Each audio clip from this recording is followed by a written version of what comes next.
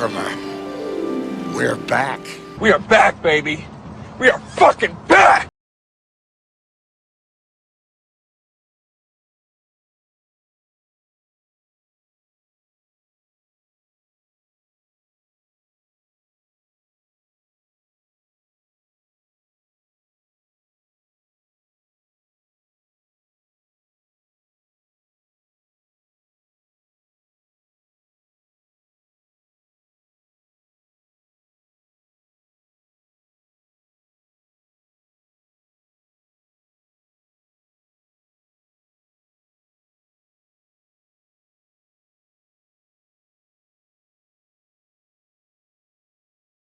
Angus, it is great to be back.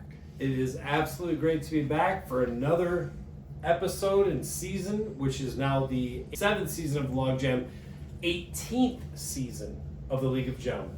We've learned a lot in the year that we've been off. We hope to bring a great show to you today and throughout the year. We're trying some new things, but it is great to be back in studio. It's great to be back playing fantasy football. Week 1 had some, I mean, you had the draft.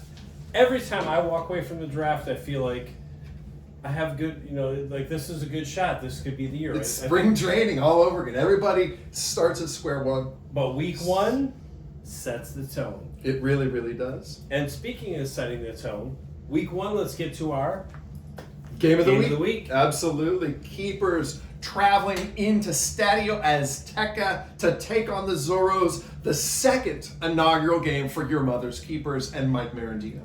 Mike Marandino pulls a win over the champ coming in to the league. Like, that's a statement. It is a statement when you come in, the defending champion, on his home turf, and you do it in convincing fashion on Sunday afternoon. In convincing fashion in one way, but, let's stop right there for a minute. Baker Mayfield had 28 points, but other than that, everybody on his team had under double digits, including A.J. Brown, who was a complete disappointment. Right? And on Thursday night, things were a debacle for Mike because you get the 2 bench touchdowns out to Javonte Williams. You wonder if maybe fantasy anxiety is coming from all directions. Yeah.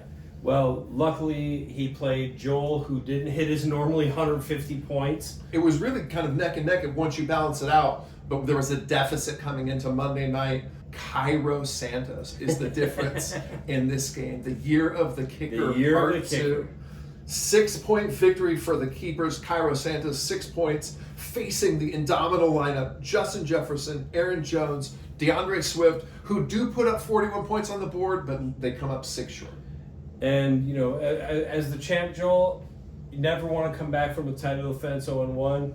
But I kind of, part of me is like respect to Marandino for coming in and smacking the league champ around here in week 1. You'll be fine, Joel. I believe we do have some post-game audio from in Stadio Azteca. Joel was asked about leaving Deebo Samuel on the bench. It was a tough game. It was definitely a tough game. That wasn't Zorro football. This loss, this is on me. The guys know it in the locker room. They know it. We're going to grow from this. We're going to learn.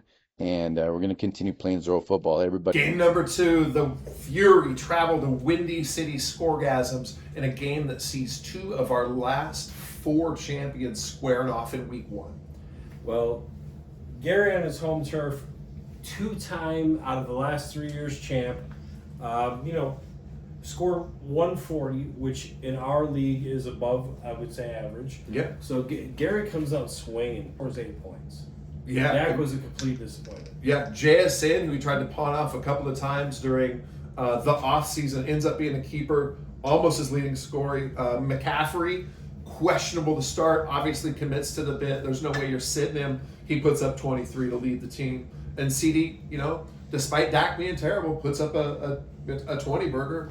And that's what you're looking for. That's what gets him the win. Yeah, and speaking of 20 burgers, like Patrick Mahomes was really the one that put up that number for the Fury. The rest of his team was garbage, and it was like watching the A's, to be honest with you, in baseball. Like, there's not one player I recognize on his roster. Well, that's not true, but Chase and Higgins were hiding under the radar, scoring a combined 11 points, which is a double stinger for Binter out there in Cincinnati. And then Bob Jones had 3 points for whoever that other team was, the Tennessee Titans, and Joe Gill Johnson No, I'm just saying. I'm looking at his roster. I don't know. Who the fuck? But a nice I know start all in of you 14. have Googled like 3 of these guys already. He started 3 rookies. Omari Hampton gets him 8. Tyler Warren gets him 15, which is nice. And then the guy with 7 names is either Ja'Cory or Bill Krosky Merritt. It is an absolute debacle of a name. And it is the game of trading places where Dak Mahomes wearing off in the game, and then after the game, Pat Mahomes just walks across through the stadium bows into the other locker room, shaking hands, meeting his new teammates over there at the score gas. And Jordan Love's on his way to Cincinnati for some Skyline Chili. Yeah, we'll see what that does for the Fury. Trade in the league perspective from that a starting quarterback in a game was being dealt after the game to the opponent, knowing going into the game that he was on the block. And had been It's traded. fun to see when you see that in our league, but you don't see it often. Yeah, it is. So- It was interesting. So, Yeah. before we forget, single highest points of the week is money coming into the Scoregasms coffers, and it puts them on the board as the high points single game, which we've added as a payout this year as well, getting a percentage of the fines. So nice job, Gary, on the win. Absolutely. Next game, Young and Confused, traveling to your mom's pimp and taking care of business, 124 to 87. Yeah, I will say, by the way, looking at Windy City's roster, I was thinking about commenting on Travis Kelce, but fuck that guy. He can't run a route. Like, how are you picking Xavier Worthy, your own player? Like, you're the piece of trash. Anyway, no, but So to the next week's game, Young and Confused, 124, your mom's pimp, 87. So I had Xavier Worthy, who died and got 0 points because of Travis Kelce. But you know what? The good side is that Derrick Henry stepped up for us. The really inconsistent part was I kind of had some eggs in the Bo Nix basket, and putting up 8 points as a starting player was not good. And 7 of my 10 players on my starting roster scored under 10 points. Yeah, it's just a tough week, but I would have put some shares in the Bo Nix futures as well. I drafted him 2 years ago. I still think he might be a league winner for you. Young and Confused came into the game with the number 10 preseason ranking from ESPN. Shows you what they know. Number 1 overall pick, dual number 1 overall pick, Bijan Robinson, leads the way with 28. Sticking to the bit with Kyler Murray. Seems to be the only defender in the league, has kept him for a couple of years, and maybe at 22 points, maybe this is the year Kyler shines, at least from a fantasy perspective. You know, it's a really nice part for him is the double dip with Marvin Jr. Harrison. Like, I mean, as Cardinal fans, I actually saw a better connection, right? I mean, Marvin Harrison had like 13 points, but the Martian was the connection there is really good to see, and for Young and Confused, it could be a really nice old school Josh Allen, Stephon Diggs double dig type thing. For sure. James Cook gets the money in Buffalo, puts up points on the board. I guess if you're looking for holes in Young and Confused, McLaurin and Andrews combined for like 6 points, but it doesn't matter as Young and Confused runs away with the win. Any other thoughts, Steve? Yeah, 127 is not going to win you a week, a game every week, but early on, good for Young and Confused. Game number 4, Merci traveling to expansion franchise Band of Bitches. Heck comes away with a win, 139 to 104. Yeah, and he was the number 1 ranked team, coming out of the draft. So it was interesting to see like what he would do, and he blew up. He just a crusher of a game. Band of Bitches, welcome to the league. This is Merci beaucoup. Yeah, Merci for a couple of years has been building, stockpiling young talent. Seems to favor athleticism over areas or receptions, and it seems to be paying off. Emeka Ibuka comes up big with 24 I'm glad you tried to points. pronounce the name because I was whatever. Guy went to Ohio State. Fuck that guy. Go ahead. Yeah, no, Brock Bowers, another young draftee of Merci. Travion Henderson, another rookie, seems to be fitting the pattern that has developed there with Merci. Yeah, and again, 139 is gonna win you most weeks. But when I looked at this game, I saw Band of Bitches like Lamar Jackson had 33 points. James Taylor, just kidding. Jonathan Taylor had 12 points. Everything else I saw was poop. Yeah, I I'm mean, not trying to be mean, goalie, but even on the bench, like everybody was under 5 points on his entire bench roster. 5.08 was the highest score on the bench. In fairness, the kicker, you got plus 13 in the kickers. Jaime Fabian with 13. Merci 0 out of their kicker. But see, 24 points for the Broncos defense. Huge. That could be an incremental difference over the course of the year for Merci. But you're also talking about a position that doesn't usually score points, like a tight end on a Thursday night game, right? It's just this random, huge, and that's 24 points out of defense is like 27 out of your tight end. I don't know, it's crazy. Absolutely. And the last game of the week, one of the fabled logjam bowls, the Avengers taking care of Who's Your Daddy, 137 to 107. Ooh. Yeah, this is the logjam bowl, as we like to say. One of three, I guess. Yeah. The good news is, the 137 was enough to win. And this week's final game, Avengers 137 to 107. This one was a barn burner all week, at least up until halfway through the third quarter of Sunday night. Yeah, absolutely. This is a matchup that we here on the podcast, the three of us, look forward to. It didn't come out Daddy's way this time, but yeah, it was a close game through the third, and then the fourth. Yeah, it was all Josh Allen from there. Kittle, tough news for Daddy early in the week. Not only out for the 49ers game, but looks like maybe multiple weeks going to be on the bench. And that SOB tried to pawn him off to me in the offseason before the draft. And I can't imagine the fury I would have if I ended up with another tight end that was hurt in the first fucking game of the year. Well, I guess as long as you have a guy like Josh Allen scoring 40-plus points, you're going to be just fine. Well, we hope so. The Austin Janty debut was positive. Yeah. I love that Peter Carroll offense. Cam Little banging out 13 points. Hope to get some distance out of him through the week. Maybe a little bit low numbers on the bench, but everybody produced. It was a full team effort, and we like a lot of what we saw. Well, for Daddy, like seeing Puka show up big for him this week, huge positive moving forward, and scoring 107 points. I think his team's better than that. I know he knows that because Joe Burrow laid a duck, right? Yeah. His starting running back Jerome Ford, who has now been dropped, laid a duck. So and Nico Collins puts up 6. Yeah. All three of those guys. There was some concern in the front offices there. GM questioning some of the coaching starting decisions. McCarthy on the bench with 22 over Burrow's 10. Breece Hall 20 over Jerome Ford's 1.5.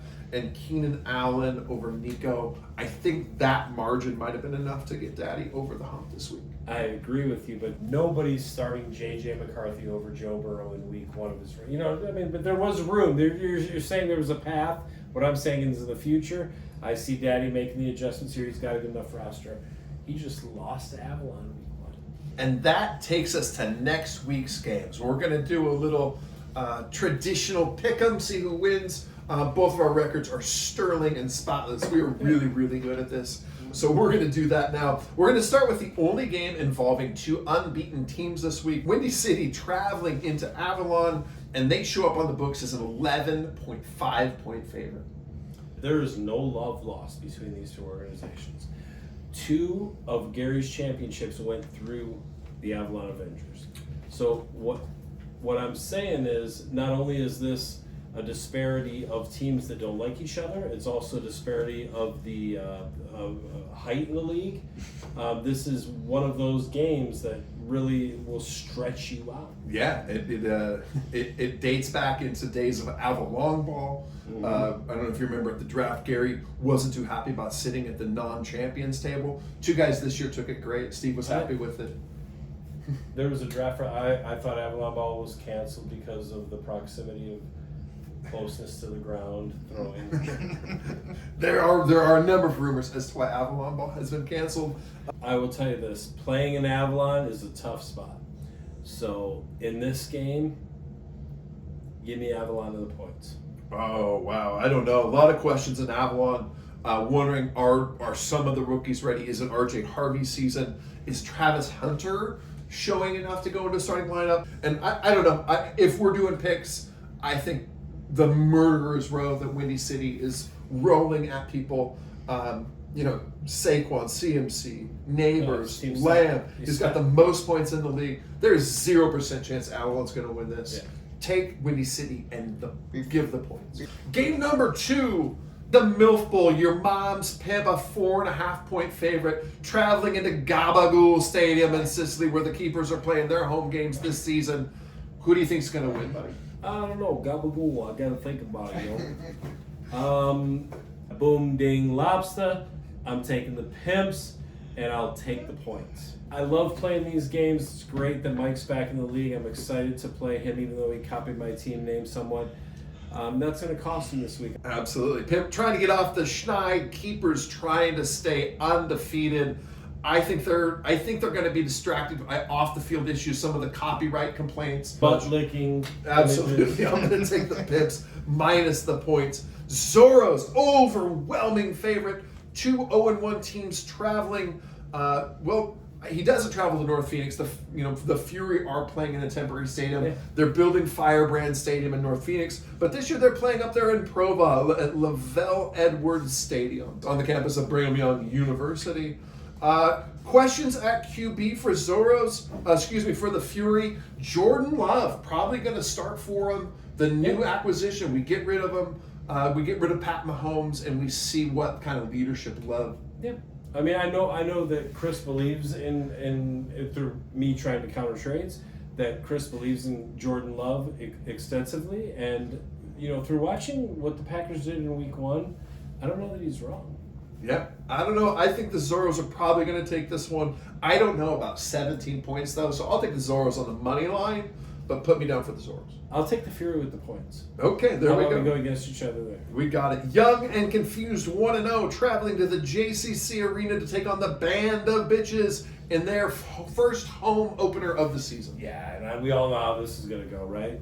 Opening your stadium, opening your franchise. It's a lot of hype. It's confusing. There's a lot of distractions. So usually teams win. I'm taking Band of Bitches. I think Young and Fuse coming off that win probably feels like they're going the right direction. They're trending the right direction. I don't know if the hype of the home game is enough to kind of cure the pall that they came out of Week 1 with. I think Young Fuse is going to win on the road. Last game of the week, Merci, a slight 3.5-point favorite, traveling to the 0-1 Who's Your Daddy, playing at Sunny Slope Senior Center. I will say this, Mercy's team is stacked. You said earlier in the broadcast, like it's gotten better and better each year. He took over the organization. I think this year is at his pinnacle. But Daddy gets this one. Okay.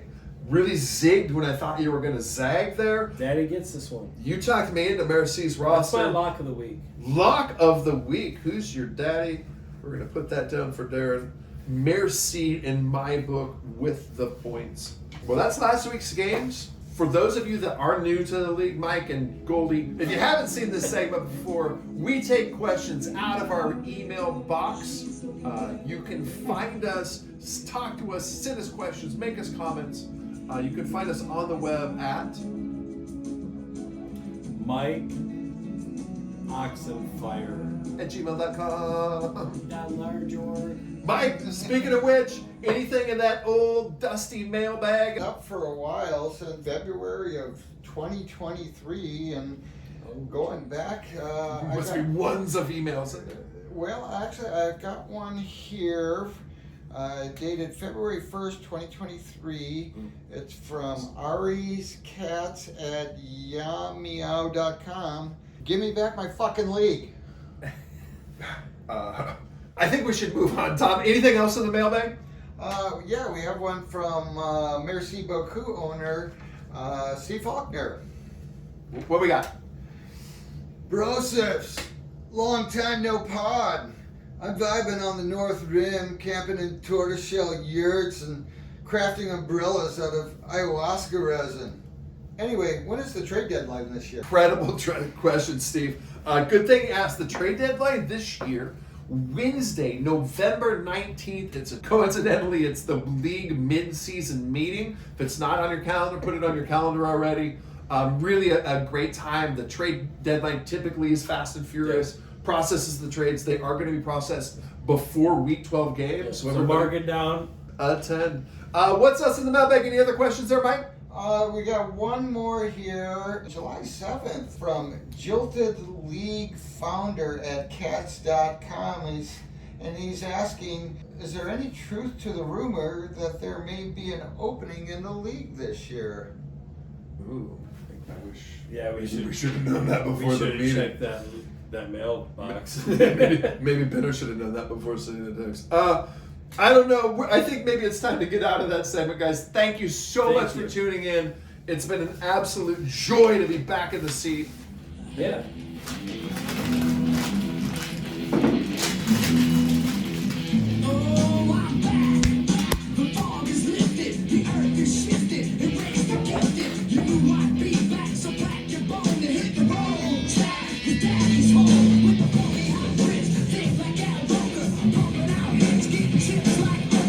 December 25th on Christmas Day. But I think it's Thanksgiving. Is it Thanksgiving? It might be. Might be Thanksgiving. Nobody really knows when the meeting is. MikeOxenfire.com.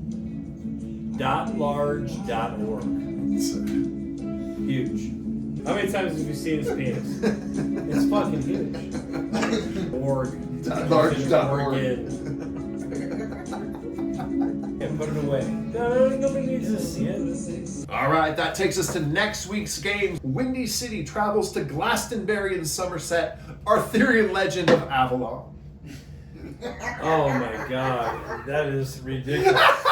And just for that purpose, I'm going to take the Windy City Scoregasms in a landslide.